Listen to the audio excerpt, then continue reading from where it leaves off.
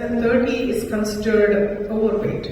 But in Asians or Indians, the BMI between 23 and 25. So the mark is way low compared to Caucasians. So BMI of 23 to 25 is overweight in Indian population. So in anti-obesity medications, we start for BMI of 30, more than 30, or BMI of 27 and less than 30 with significant comorbidities in Caucasians. But in Indians, again, if the BMI is more than 25, we start the medication. After going through behavior change and counseling and support, obviously that has to come as a package. You cannot just give a pill and say, oh, you'll lose weight. And over BMI of more than 23 with significant comorbidities. So that's the anti-obesity medication, that's where they start. And then the bariatric surgery is BMI of more than 40 in Caucasian population and BMI more than 35 with significant comorbidities. I don't know what the guidelines are for bariatric surgery in India, but I leave that up to surgery department, so I'm not going to go over those. So the principles of treatment are indications, again, it's the same thing, BMI of more than 25 in Asian population or BMI more than 30 in Caucasian or American population, or more than 27 or 23 in Indian population with comorbidities. And these are not for short-term use. You can't give that for 1 month, 6 months. It's a long-term usage we are thinking about. And only continue on responders. Who are responders? Responders are people who lose more than 5% of weight within the 6 months. So continue only responders, and you can try different medications. If one doesn't work, you switch to another one, and then you also look into the behavioral changes. And they really have made any behavior changes, so you look into that as well. And then the combinations of complementary actions may have better weight results because you're complementing with nutritional support, psychological support, and then medications all together. Again, the realistic goals, the medications do not cure obesity, they're just helping them. The key is to make sure that they have some behavior modifications and the comprehensive lifestyle changes. Somebody who's sitting in front of the computer all day in IT, you tell them take frequent breaks, walk around and do exercise 30 minutes, 3 times a week or something of that kind. And success, again as I said, it should be about 5% of weight loss within 3 to 6 months.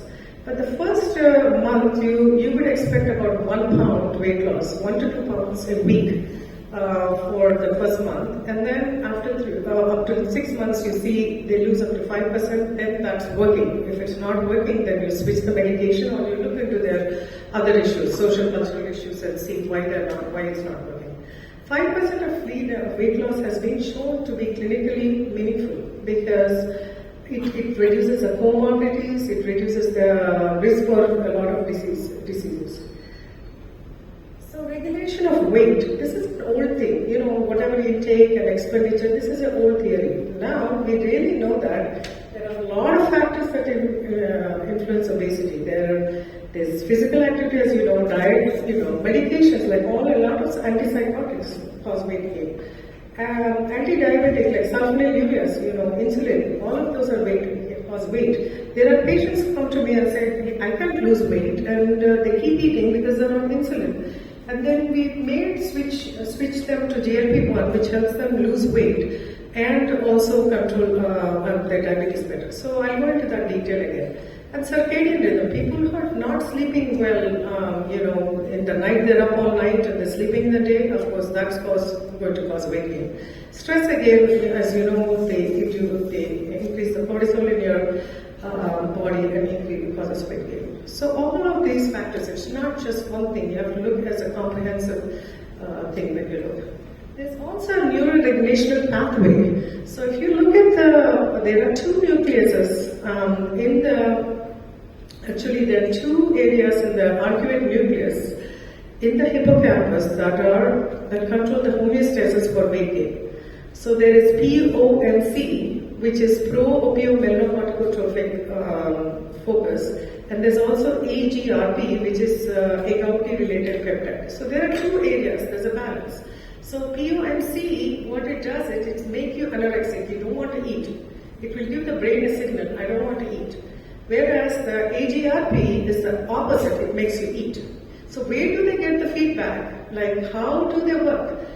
If you eat, your stomach secretes ghrelin, which is I'm sorry about this, right? It's not clear. So stomach secretes ghrelin hormones, which go and give feedback to AGRP and say, I'm full, and they give a feedback that I want to eat because I'm hungry. And the AGRP is orexogenic, which makes you eat. So it gives the neurons in the brain, okay, we need to eat, and then you kind of get this signal from the brain, I want to eat. And the opposite is adipose tissue. Becoming fat, the adipose tissue and the pancreas that secretes insulin gives a feedback to POMC, which is the anorexogenic, which says don't eat. So this is there in normal human body. But when there is dysregulation, that's when people become obese. What causes dysregulation? Sometimes it's genetic. Some people, it runs in the family. So there's genetic, lately there's a lot of research about GI microbiome. So these parts also give signals to the brain, whether they're full or not. Brain regions outside hypothalamus, like there's depression, anxiety, all this gives signals that make you eat or not eat. So there are these nucleus in the arcuate nucleus that control the homeostasis. So this is the latest, this is from Behavioral and Pharmacological Therapy Obesity Nature Review Endocrinology, that they published this data with the diagram. So it's not just what we're eating or what we're spending. There's a lot of things that is controlled in the brain itself. Here, again, obesity is a chronic disease. It's not just one time you come and see the physician, it's done. It is counter-regulatory. As soon as you stop this behavior changes or stop the medication, there's counter-regulatory increase in appetite, there's decreased caloric expenditure, dysfunction again, the axis, the homeostasis in the hypothalamus goes haywire again, and then you gain weight again. So it's very easy to gain weight again. So let's look at the older anti-obesity medications that have been in the market for many years, and have been removed as well. So fenfluramine, this has been in 1970s. A lot of women took this, and then they ended up with pulmonary hypertension and valvulopathy. So, and it was discontinued. Then dexfenfluramine, that's the same thing, valvulopathy. They ended with tricuspid valvulopathy. Cybertramine, they had CVD risk.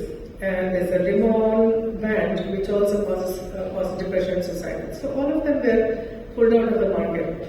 So that's the reason I think, folks from medicine are like, they don't want to deal with obesity medications because there's all this background thing, these have a lot of side effects, I'm not going to prescribe them to the patients. But let's look at the newer anti-obesity medications. There's sympathetic, There's sympathomimetics like phentermine, which I use a lot on different certain kinds of patient population. It's been approved way long ago, 1973, and the last column is the federal schedule. It's only US control. It's the FDA determined schedule, so ignore that. It's not relevant here. So these are the sympathomimetics that have been in the market, and they do help. But the problem with sympathomimetics, as you know well, is people who have cardiovascular disease, arrhythmias, AFib, we cannot use them. So we have to get really young population who don't have any risk factors, and they can be used on them. The other one that has been in the market so long is 1997, it was approved, is pancreatic lipase inhibitor, that is Orlistat. This has been a good medication, but the problem with this is really that the people who eat don't like it because they take that. After meals, they have bloating, they have a lot of flatulence, and then they have heavy, greasy stools, and there's a lot of fat, like vitamin A, vitamin D, E, malabsorption. So that's the problem with that. So let's go with the newer anti-obesity medications. Phentermine and Topamax has been approved in the US. It's called Qsymia. So ignore the trade names, so it's not relevant for you. It's a combination. Phentermine is a symptomimetic, and the Topamax is an anticonvulsant. We use that since 2012, and we've had good success. I don't see much side effects other than if you select the patient population, carefully. It's a good medication. There's also naltrexone, which is an opioid receptor antagonist. So it blocks the opioid receptors, and it's combined with bupropion, which is antidepressant. It's a dopamine and norepinephrine reuptake inhibitor. That combination also works well. But there are also populations where you use single medication like phentermine alone or naltrexone alone, and that's shown to be very effective as well. So the latest, the newer medications that I talked about, the blockbuster drugs, the GLP-1 agonist, liraglutide, has been approved in 2014. It's a GLP, which is glucagon-like peptide receptor agonist. So here's the pathway again. I'm going to, since we talked about it already, I'm just going to tell you how the bupropion and naltrexone affect the pathway. Both of them increase the firing of annexogenic neurons, which is PONC.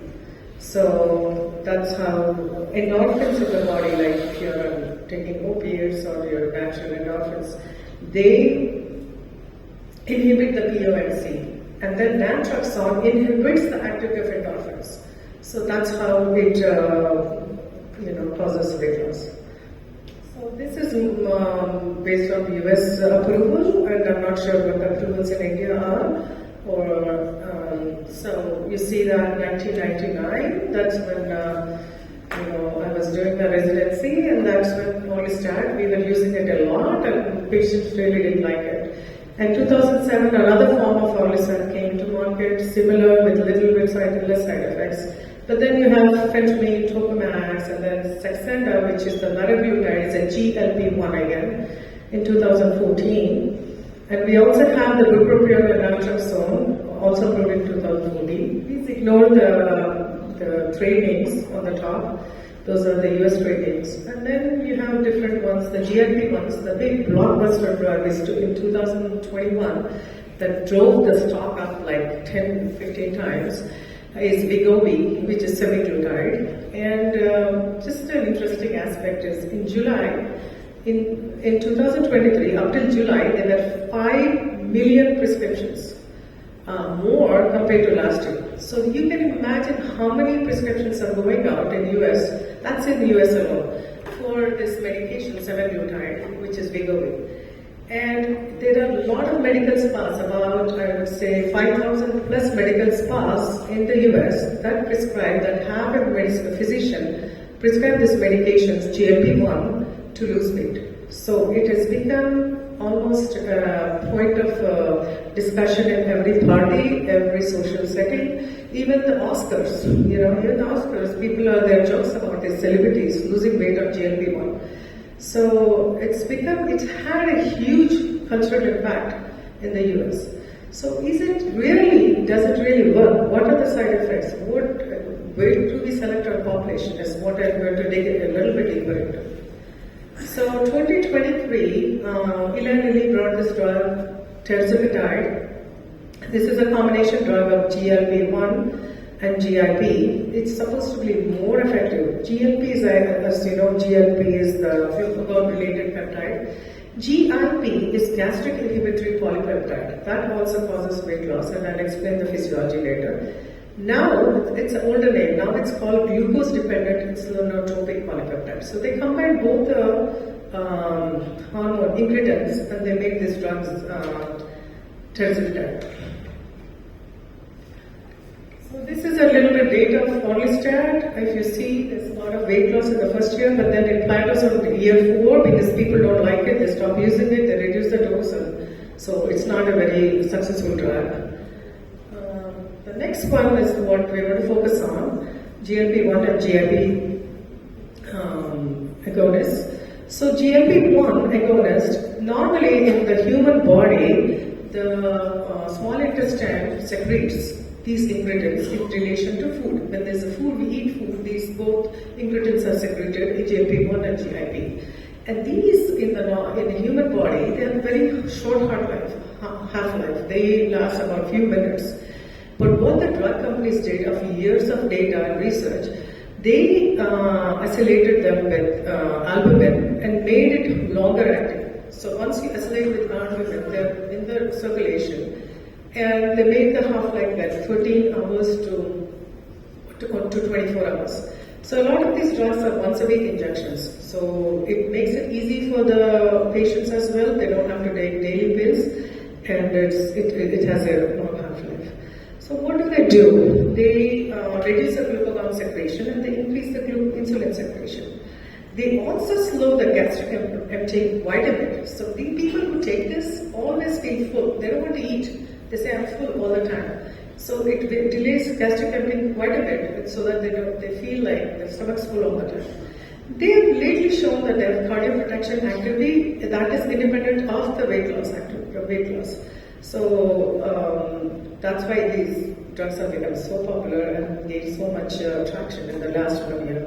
So GIP is also similar. It increases insulin secretion, reduces glucagon secretion, but it also reduces bone resorption, makes bone stronger. It's supposed to, physiologically, it's supposed to increase LPL activity and increase adipose tissue application, but when these drugs are made, because there's continuous stimulation, they actually have an opposite effect. They have lipolysis. The people become loose fat.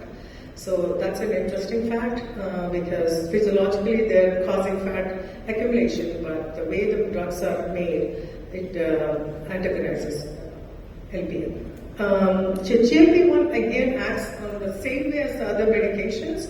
It acts on the brain thermostat system, the POMC and AGRP, and it regulates that, and you have more stimulation of POMC, which makes you not eat, and then it inhibits the AGRP, which makes you eat, so you lose weight. Not only just by slowing, it's not just doing by endocrine effects by increasing insulin or reducing glucagon or delaying the gastric emptying, it's also acting on the brain, the hypothalamus, where this homeostasis is there for obesity. So I'm going to go through some of the data. The GLP Step 1 trial, it's a double-blinded placebo-controlled trial. They took patients more than of BMI more than 30 or 27 with significant comorbidities compared to placebo.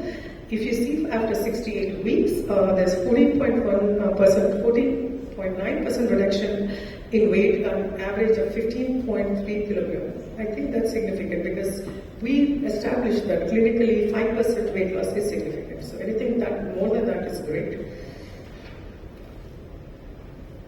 Step 8 trial is head-on-head with liraglutide and semaglutide, and it's the same. If you see the selection criteria, you see that semaglutide does way better than liraglutide. This is a comparison between all the drugs. If you see phentermine topamax also have done very well, as good as, actually better than liraglutide, which is also a GLP-1 agonist. But semaglutide is far more superior, especially the higher doses are far more superior. The 5 milligram doses are far more superior than the smaller doses. So you see the head-to-head. A good thing about this GLP-1, this is a slide from Lancet Diabetes Endocrinology 2012. These medications have reduced the visceral fat. As you know, the visceral fat is higher in Asian population than compared to Caucasian population, and because of that, you see a lot of diabetes and hypertension in this population. And this has shown, and this study has shown that this reduction in visceral fat, which is contributing, it adds to the effects of weight loss. The new kid on the block is tirzepatide, as I said, Zepbound is one that was approved in 2023. That's the trade name. So it is a combination of GLP-1 and GIP agonist.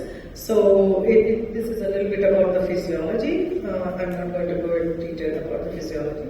And in JAMA, there was a study that this is also a double-blinded placebo-controlled trial. There were 678 participants that were randomized. 330, half of them, they're divided into two groups, 335, 335. Both of them were on tirzepatide for about 36 weeks.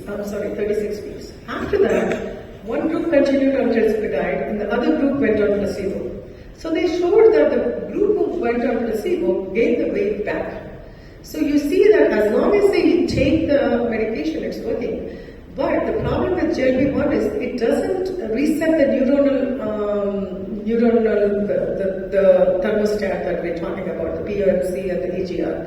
It's not rewiring those thermostats. It's only working when you're taking it. So it doesn't reset the thermostat in the brain. So you see that people who were on placebo after that gained the weight back, and people who continue on tirzepatide lost weight. So the placebo gained weight back 14%, where people who continue to take lost weight 5.5%. So the difference is 19.4%. I think this is interesting because we tell the patients, hey, this is a drug that you need to take lifelong, or you make significant changes in your behavioral, the eating habits or whatever physical activity that you can sustain. Because once you stop it, you can't sustain otherwise.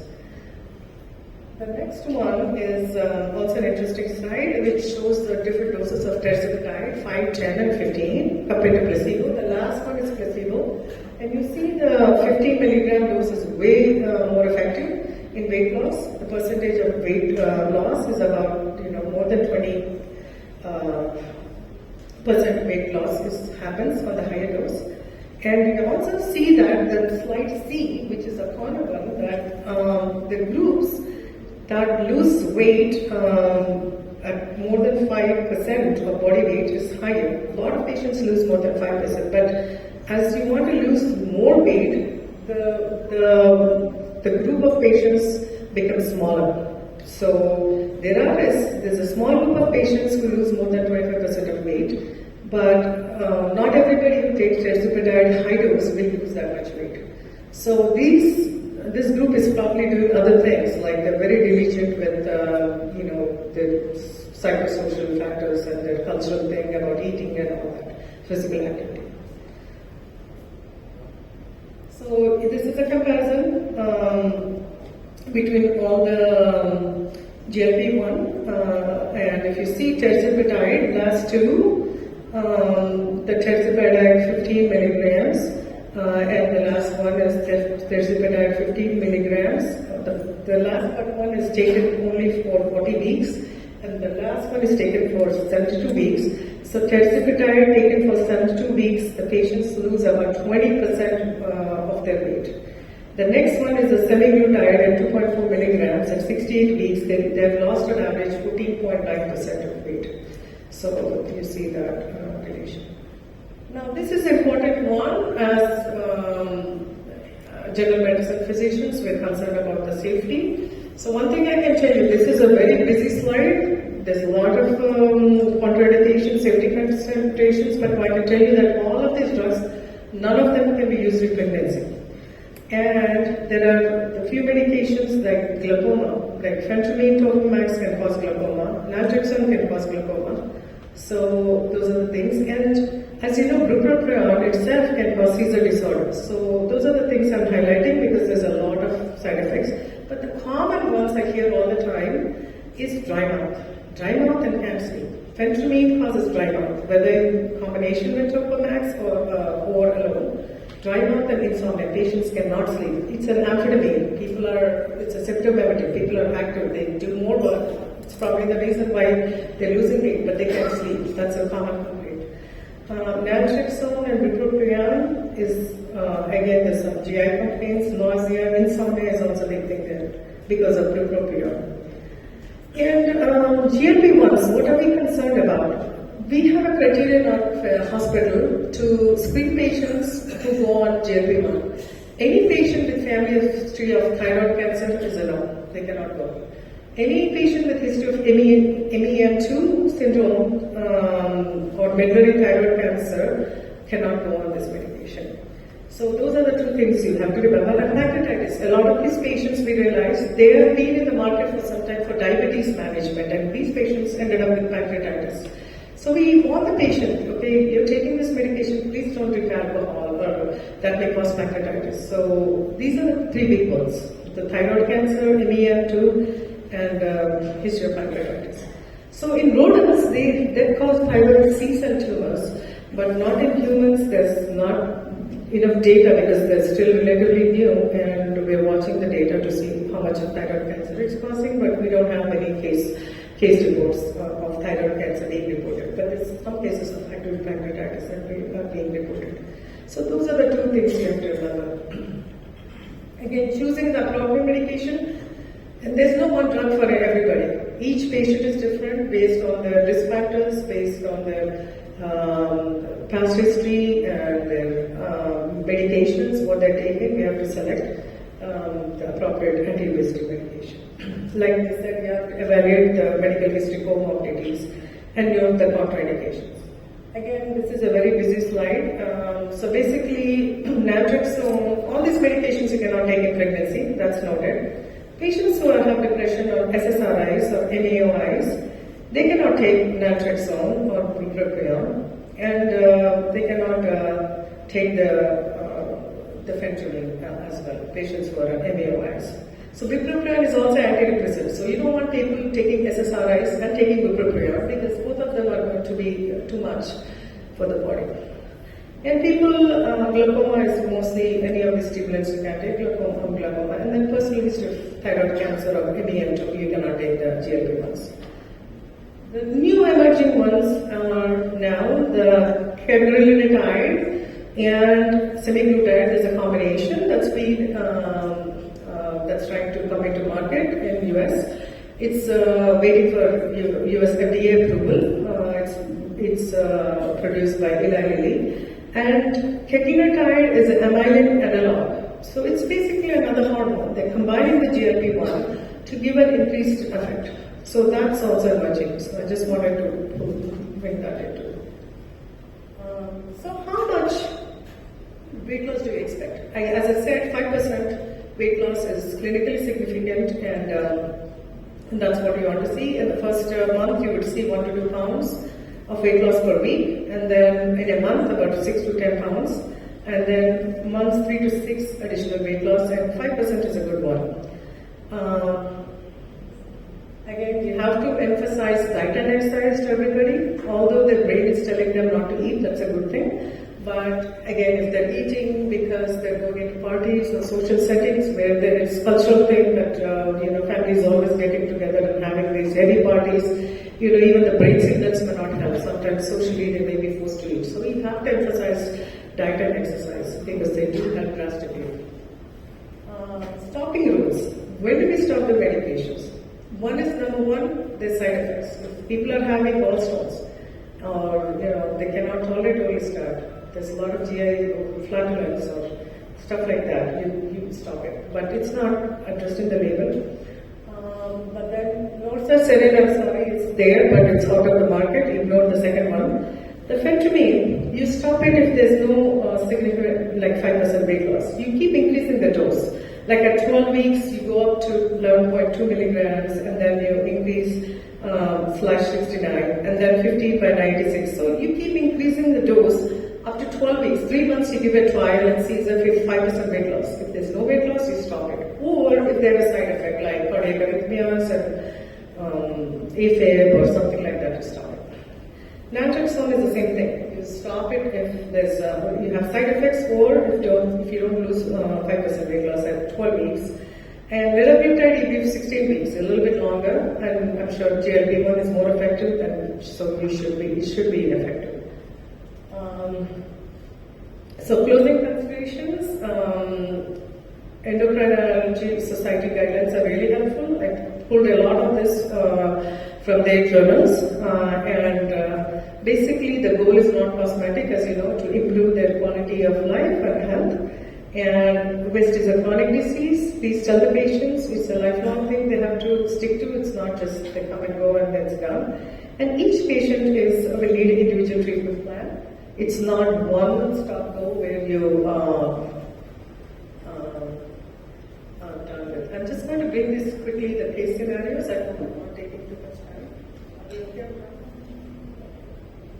The third slide, I put some case scenarios. It's a very busy slide. So,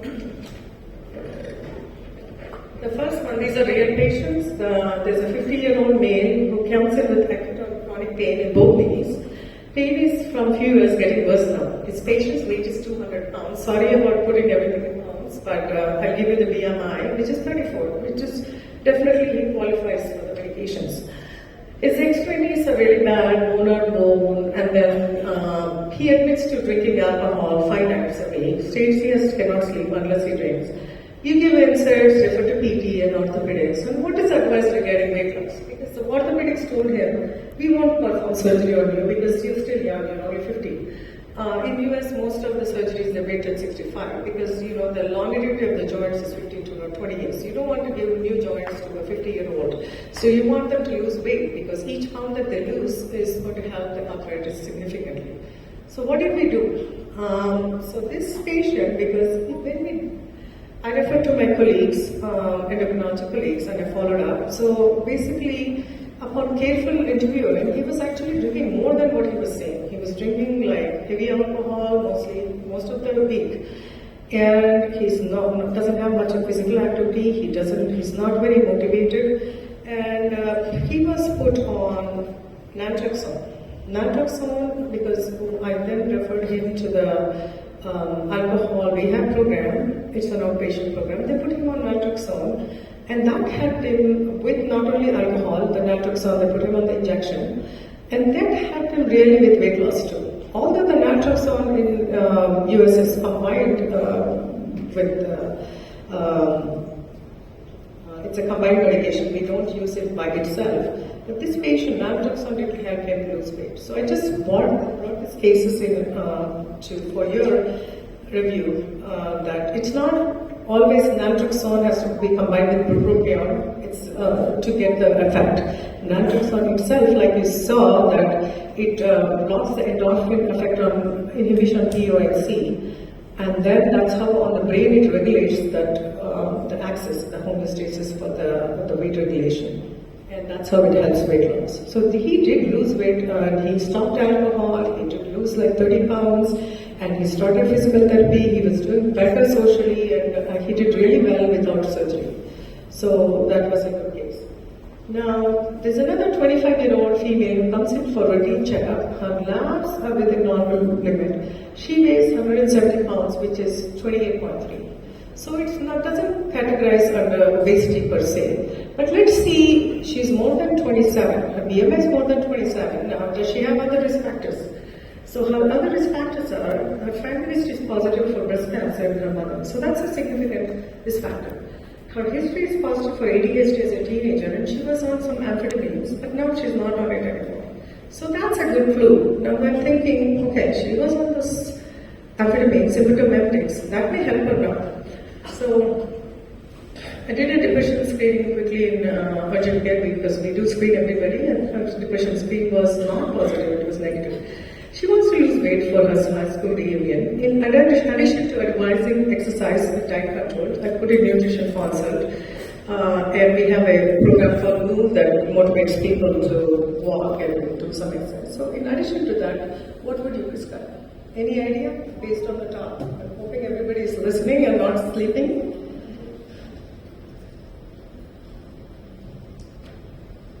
So we put her on phentermine. So we could have given him phentermine and Topomax, but I just put her on phentermine because it's a symptom limited. It did help her ADHD, it helped her concentrate better, and also gave her helped her with weight loss. She didn't have any cardiac risk factors. She didn't, she's a young female, no cardiac history. So phentermine is a good one. It's a symptom limited, but because of negative cardiac history, she was a good candidate, and she did end up losing a lot of weight. In the post 6-month follow-up with a primary care physician, she lost about 10% of the weight and she maintained that. So that is a good one. So that's what I'm saying is you don't have to always go by the book exactly like I have to prescribe phentermine with Topomax only. I can do phentermine alone or naltrexone alone. But bupropion alone doesn't work for weight loss. And this is another interesting one, 45-year-old Indian male with hypertension, hyperlipidemia, came for routine blood pressure follow-up. He has strong family history of early CAD. Brother had MI with sudden cardiac death at age of 46. He's on statin, ACE inhibitor, aspirin, and his BMI is 25. So he's an Asian, he's Indian with a BMI of 25. So do we treat him? What do we do? Any suggestions? So BMI more than 25, more than 23 and less than 25 is that category where we would start treatment if they have significant risk factors. His risk factors, strong family history of CAD, and his brother died. So we counseled him and said, you have to lose weight. You may think you're only 25, your BMI, but because of these risk factors, you have to lose weight. You have to go below 23. I know you're on the right drugs like for hypertension, hyperlipidemia, is on aspirin, but weight loss would improve his outcome, cardiovascular outcome. So he was sent to nutrition clinic and the MOVE program, which guides with physical activity, and he did lose weight, a lot of weight, and he came below. I think the BMI came back below 21. So we didn't put him on any medication. So it's not always the medications. Like no, don't slap people on medications, but try these first, and then if they're really motivated and you think right off the bat, if their BMI is above 30, of course we would probably start on medication, but his BMI is in the category where he could probably work on it. So hope it makes sense, and hope this topic is relevant for you here. Hope you enjoyed the topic without dozing off. Thank you. Thank you again for the faculty for giving this wonderful opportunity. I'm very grateful. Thank you. Madam, can you explain again when to stop the anti-obesity drugs? So at what level do you take? Anti-obesity medications, either they have side effects, bad side effects, or like somebody on phentermine had glaucoma, severe glaucoma that could not be controlled, so we had to stop the medication. Somebody on bupropion had seizures. He never had seizures and he had seizures, so we had to stop the medication. So somebody who has a side effect that we have to stop, or if they don't lose 5% of weight within 12 weeks. Most of that's the time. Okay, we gave you 12 weeks, you didn't lose. For GLP-1s, you give a little bit longer, 16 weeks. But if they don't lose at least 5% of the weight, then we know that it's not working. We either switch the medication, or we talk to them and look into really what's going on in their life that they're not losing weight. Which drugs we can able to continue lifelong? Pardon? What are the drugs, anti-obesity drugs, we can continue for lifelong? Because 4 or 5% reduction in the weight, it is negligible. So to say, suppose 100 kg obesity person is there, 5% means it is very negligible weight loss. So how to manage that one? Suppose he is a 150 kg weight. Right. So 5% is negligible. Right, but if they're again in that category where they need bariatric surgery, they would. Like the first few slides I put in the need for bariatric surgery, where the bariatric surgery comes here. So if you see the BMI of more than 40 or more than 35, it's with significant risk factors, you go right for the surgery. You refer them to surgery, bariatric surgery. That's the US standard. I'm not sure about the Indian standard. I'm thinking it's much lower. Because all these are like 5 points less. Like the starting behavior changes is, in US it is 25 to 29%, but in India it's 23 to 25 BMI. And the second anti-obesity medications, you start for BMI of more than 30 in US, but here you start for more than 25 BMI. So the guidelines are a little bit lower for Asian population. Our bodies are not meant to be obese. We just have residual fat. We are not like heavy. So what are the drugs safety in the CAD cases? Pardon? Coronary artery disease with obesity, what are the drugs are safer? Oh, the drugs that are not safer are phentermine. Those are the sympathomimetics that are not safer. The new medication GLP-1 has shown that cardioprotective effect, and there are some data that shows that directly there's a relation with cardioprotection. It's not dependent on the weight loss itself. Directly these drugs have shown some cardioprotective activity. So I would prefer GLP-1. But again, you have to screen those patients. You have to make sure they don't have history of thyroid cancer, so ME2, or any family history of thyroid cancer, or history of pancreatitis. So then that population is good for GLP-1. So it's not only like, initially when GLP-1s came into market, they were being used only for diabetes. And then people realize that there's data showing they're losing tremendous weight. That's when they market it as weight loss and this blockbuster drugs and it's hitting all of the news, all of the stock market. People are going crazy. The stocks are shooting up the roof. And it's become really a cultural thing in America. So that's because of significant weight loss that they have with GLP-1s. But as you showed one of the data, if you stop, the weight gain reverses. They're not resetting the neuronal axis that I talked about, the POMC and the AGRP. When you take it, it works on the brain and different parts of the body. When you don't stop it, it's gone. So finally, bariatric surgery is final treatment for the obesity, huh? If it's really heavy weight, like BMI, more than 40 or more than 35 with significant risk factors. And there's so many procedures like gastric sleeve, and they have less complications compared to the bypass surgery that we used to have many years ago. They're very sleek and they're done with significant less complications. Thank you, ma'am. Any questions?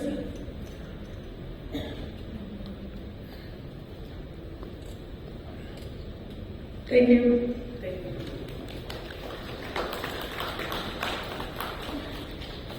Thank you very much, ma'am. It was very valuable insight about the topic. Now we'll move on to the next talk by Dr. Damodar sir. Topic is grand rounds on acute